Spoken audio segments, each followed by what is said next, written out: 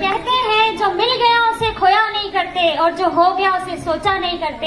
हासिल होती है उन्हें सफलता, हासिल होती है उन्हें ही सफलता जो वक्त और हालात पर रोया नहीं करते। तो सबसे पहले थैंक यू कहना चाहूंगी ऑलमाइटी को, वेस्टीज मैनेजमेंट को, एनसीटी मैनेजमेंट को और मेरे मेंटोर को, मेरे स्पॉन्सर को, मेरे अपलाइन, मेरे ग्रेट फादर को, जिन्होंने मुझे ये प्लेटफॉर्म दिया जहाँ पे मैं अपने ड्रीम्स को पूरा कर रही हूँ। आज मुझे मौका मिला है मेरी जर्नी सुनाने का, बट मैं उससे पहले एक और जर्नी आपको सुनाना चाहती हूँ, एक स्टोरी सुनाना चाहती हूँ जिसने मुझे मेरी लाइफ में बहुत इंस्पायर किया है, 360 डिग्री पे चेंज किया है। सो क्या आप स्टोरी सुनने के लिए तैयार हैं? यस और नो? तो स्टोरी जो है बहुत ज्यादा इम्पोर्टेंट है मेरे लिए, बिकॉज आज जो कुछ भी मैं हूँ वो उस स्टोरी की वजह से हूँ। सो ये जो स्टोरी है वो एक गर्ल की है। ये जो स्टोरी मैं आज आपसे शेयर करूंगी वो एक ऐसी लड़की की है जिसके लिए उसके पेरेंट्स काफी सालों से वेट कर रहे थे कि उनके घर में एक नई मेहमान आए। सालों गुजर गए और 7वां साल आया जब उनके घर में गर्ल चाइल्ड आई।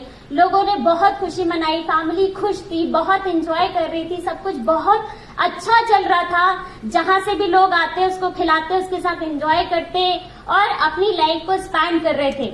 वक्त गुजरता जा रहा था, बहुत अच्छा लग रहा था, फैमिली एंजॉय कर रही थी। धीरे धीरे टाइम निकल रहा था और लगभग 1.5 साल हो गए, पता ही नहीं चला कि वो बेबी 1.5 साल की कैसे हो गई। बट सडन एक मूवमेंट आया, अचानक उसकी तबीयत खराब हुई और उसे तुरंत हॉस्पिटल लेकर गए। उसको हॉस्पिटलाइज किया गया और वहां पे डॉक्टर्स ने कहा कि सॉरी, बहुत मुश्किल है इसको बचाना।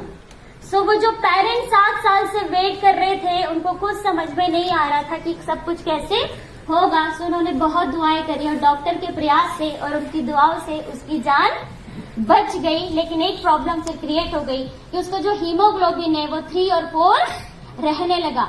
जब 3-4 हीमोग्लोबिन रहने लगा तो उसको बार बार ब्लड चढ़ने की जरूरत पड़ने लगी और ये सिलसिला चलने लगा। बार बार उसकी लाइफ में ब्लड चढ़ता, बार बार उसकी लाइफ में ब्लड चढ़ता। लगभग 16 साल ऐसे ही गुजर गए और जब ये सिचुएशन चल रही थी, मेडिसिन चल रही थी, तो कॉम्प्लिकेशंस और बढ़ते जा रहे थे। समझ में नहीं आ रहा था, पेरेंट्स को उससे देखते नहीं बन रहा था कि जिस उम्र में खिलौने होने चाहिए उस उम्र में इंजेक्शंस थे, जिस उम्र में स्कूल होना चाहिए था उस उम्र में हॉस्पिटल्स थे, जिस उम्र में सहेलियां होनी चाहिए थी उस उम्र में डॉक्टर्स थे और जिस उम्र में चॉकलेट्स होनी चाहिए थी उस उम्र में उसके पास मेडिसिन थी। तो लाइफ में इतना अजीब चल रहा था, किसी को अच्छा नहीं लग रहा था। सडन एक मूवमेंट और आया जब वो 14 साल की हुई और वो फिर से सीरियस हुई, उसको फिर हॉस्पिटलाइज किया गया और डॉक्टर ने कहा कि इसका कार्डियक एक्टिविटी जो है अबनॉर्मल हो गई है, इसका हार्ट इलार्ज हो गया है। पेरेंट्स को कुछ समझ नहीं आ रहा था, उन्होंने जहां बोला वहां उनको दिखाना शुरू करा, जो ट्रीटमेंट बोला वो कराना शुरू किया। बट कहते हैं ना कि उसके पास एक ही चीज थी, वो हिम्मत, और वो हिम्मत और वो दुआओं ने फिर काम किया। एक मिरेकल हुआ। उसके फादर को किसी ने सजेस्ट किया सप्लीमेंट्स। उन्होंने कहा कि आपने सब कुछ करके देख लिया, एक बार इन सप्लीमेंट्स पे भी भरोसा कर देखो। नॉनी स्पिरुलिना और गैनोडर्मा को खिलाना शुरू किए। 16 साल तक ब्लड चढ़ाना चलता रहा। 16 साल बाद जब उसे सप्लीमेंट देना शुरू करे, लगभग 7 सालों से वो सप्लीमेंट अभी भी ले रही है। बट माय डियर फ्रेंड्स, उसका रिजल्ट शेयर करना चाहूंगी कि जो प्रॉब्लम उसको पिछले 16 सालों से थी, उसने जब सप्लीमेंट लेना शुरू करे तो उसका हीमोग्लोबिन आज की डेट में पिछले 7 सालों से 12.5 है। जो कार्डियक एक्टिविटी अब नॉर्मल हो रही थी वो आज की डेट में सारी नॉर्मल, एक नॉर्मल लाइफ जी रही है। सो क्या उस लड़की से मिलना चाहेंगे? मिलना चाहेंगे? मिलना चाहेंगे? सो मैं उस लड़की से आपको मिलाना चाहूंगी। And it is not working. So उस लड़की से आपको मिलाना चाहूंगी, उसका नाम है सोनम विश्वकर्मा, जो कि मैं खुद। अगर बात करूं अपनी जर्नी की तो जो बचपन है वो हॉस्पिटल्स में निकला है, आईसीयू में निकला है। सो लाइफ में सिर्फ एक ही चीज थी कि हिम्मत, अगर ऊपर वाले ने मुझे बचाया है तो कुछ सोच समझ के बचाया था, ड्रीम्स पूरे करने के लिए बचाया था। सो पढ़ाई कंप्लीट करी, ग्रेजुएशन कंप्लीट किया, मास्टर कंप्लीट किया और जॉब करना शुरू कर दी। बहुत कुछ अच्छा चल रहा था, लगभग 30,000 में सैलरी ले रही थी, मजा आ रहा था, क्योंकि भोपाल शहर में जो लोग MBA करते हैं उनकी सैलरी 10 से 15,000 रुपए महीने होती है। बट मुझे अगर 30,000 मिल रही थी तो मैं खुश थी और मैंने उसको एंजॉय कर रही थी। बट एक मोमेंट आया कि मुझे वेस्टीज का जो प्लेटफॉर्म है, बिजनेस प्लेटफॉर्म, उसे जानने का मौका मिला।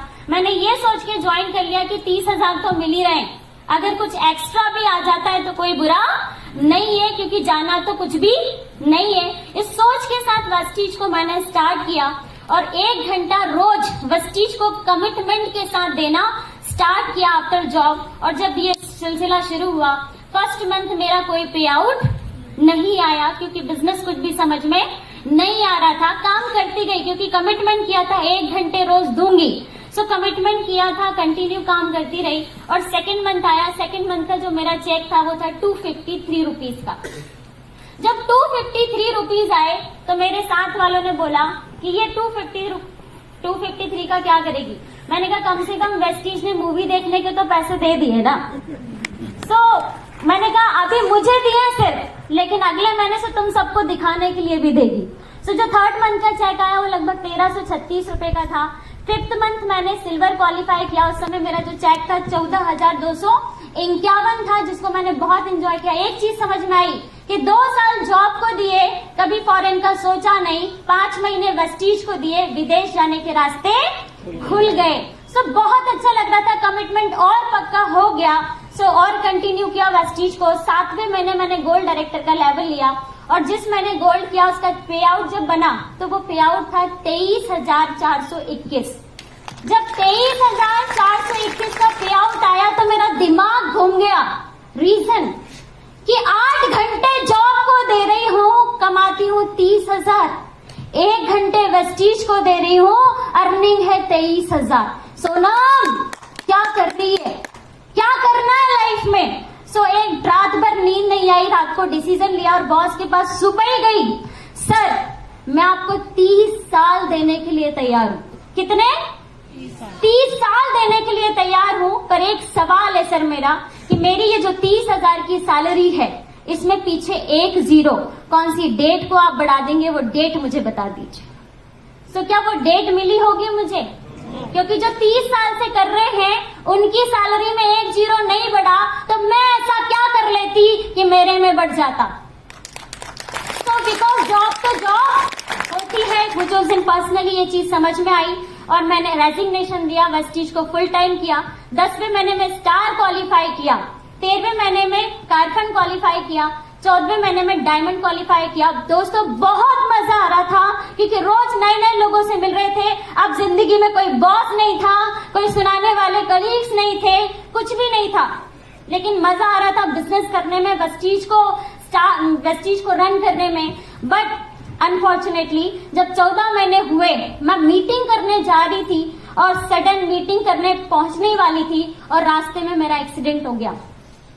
जब एक्सीडेंट हुआ मुझे एडमिट कराया गया, मुझे पता चला कि मेरे राइट लेग की दोनों बोन फ्रैक्चर हो गई हैं और मेरी सर्जरी प्लान कर दी गई। और सर्जरी प्लान करने के बाद लगभग 6 से 8 महीने में वापस से बेड पर आ गई। दोस्तों उस टाइम बुरा नहीं लगा जब मैं गिरी और मैं टूटी, बुरा तो उस टाइम लगा जब मेरे ही फ्रेंड्स मुझे देखने आए तो वो दुख कम करने नहीं आए थे। उन्होंने आते से मुझसे एक सेंटेंस बोला, तुझे तो हम पहले से ही समझा रहे थे, वो स्कूटी लेके बस तू जब लगी रहती है प्लान करना है, तेरे पैर तो स्कूटी तक पहुंचते नहीं है, तुझे स्कूटी चलाना आती नहीं है और तुझे प्लान करने की पड़ी रहती है। ऐसा तेरा क्या बिजनेस है, छोड़ इसको। पर तुझे समझ में नहीं आ रहा था, अब तोड़ ली ना टांग, अब तो समझ में आ गया होगा। सो उस मोमेंट पे इतना हर्ट हुआ, एक ही चीज समझ में आई कि सोनम क्या कर रही है। लेकिन फिर वापस से दिमाग में एक बात और आई कि अगर वेस्टीज को छोड़ दिया तो ड्रीम्स एक साइड हो जाएंगे, जिंदगी नॉर्मल हो जाएगी। लेकिन अगर इस डिसीजन को मैं आगे बढ़ाती हूँ तो सारे ड्रीम्स कंप्लीट हो जाएंगे।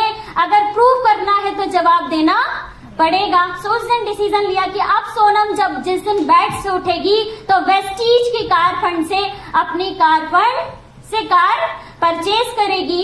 सो बताते हुए बहुत अच्छा लगता है कि जब मैं बेड से उठी तो मैंने अपनी टॉप मॉडल टाटा नेक्सॉन लगभग 13 लाख की कार परचेज की। सब कुछ बहुत अच्छा चल रहा था। जब वो चेक 253 का आया, सेकेंड मंथ 1336 का आया, उसके बाद जब अभी मैं उस फ्रेंड के पास गई इस कार को लेके, जिस फ्रेंड ने मुझे वो बातें करी थी, आज की डेट में वो मेरे साथ ज्वाइन है। और उसके आने के बाद जब मैंने उसे चेक बताया 1 लाख का, तो वो भी बहुत खुश थी और अब बोलती नहीं, दोनों मिलकर साथ में करते हैं। तो एक चीज समझ में आई कि शुरू में लोग तो आपको कुछ भी कहेंगे, अगर ड्रीम आपके हैं तो पूरा किसको करना पड़ेगा। तो वो डिसीजन मैंने लिया, काम को और आगे बढ़ाया और सारी चीजें बहुत अच्छे से चलती रही। माम ये चल नहीं रहा।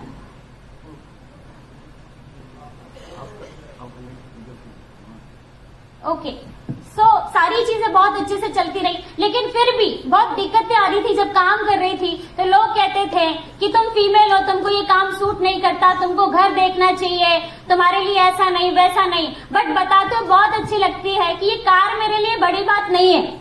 कार कोई भी ले सकता, पर मेरे लिए बड़ी बात यह है कि पूरे इंटायर खानदान में मैं पहली ऐसी लड़की हूं जिसने 13 लाख की कार परचेज की है।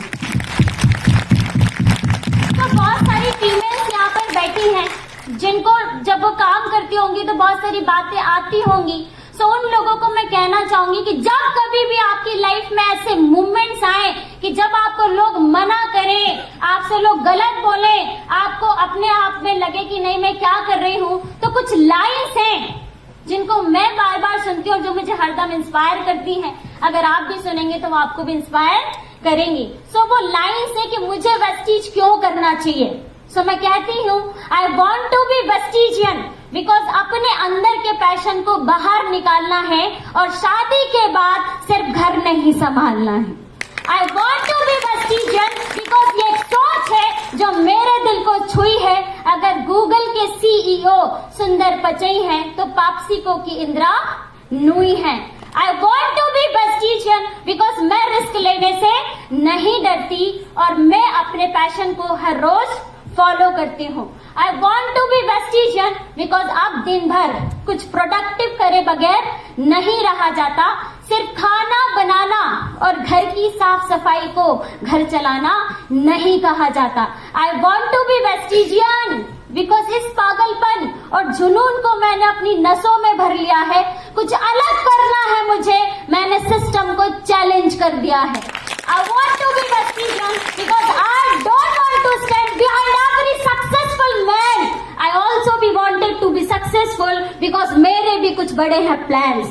I want to be Vestigian because नारी भी दिखा सकती है अपनी शक्ति। जो 2 वक्त की रोटी बना सकती है वो भी 2 वक्त की रोटी कमा सकती है। I want to be Vestigian because आज की नारी जॉब क्रिएटर बनके लोगों को रिक्रूट करेगी और फिर हाथों में चूड़ियों की जगह रोलेक्स की वॉच भी सूट करेगी।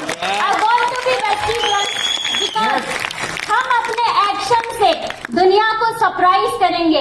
माय डियर फीमेल्स, हम अपने एक्शन से दुनिया को सरप्राइज करेंगे बिकॉज ये हमारा दौर है और हम मिलकर राइज करेंगे। क्या तैयार हैं? तैयार हैं? तैयार हैं?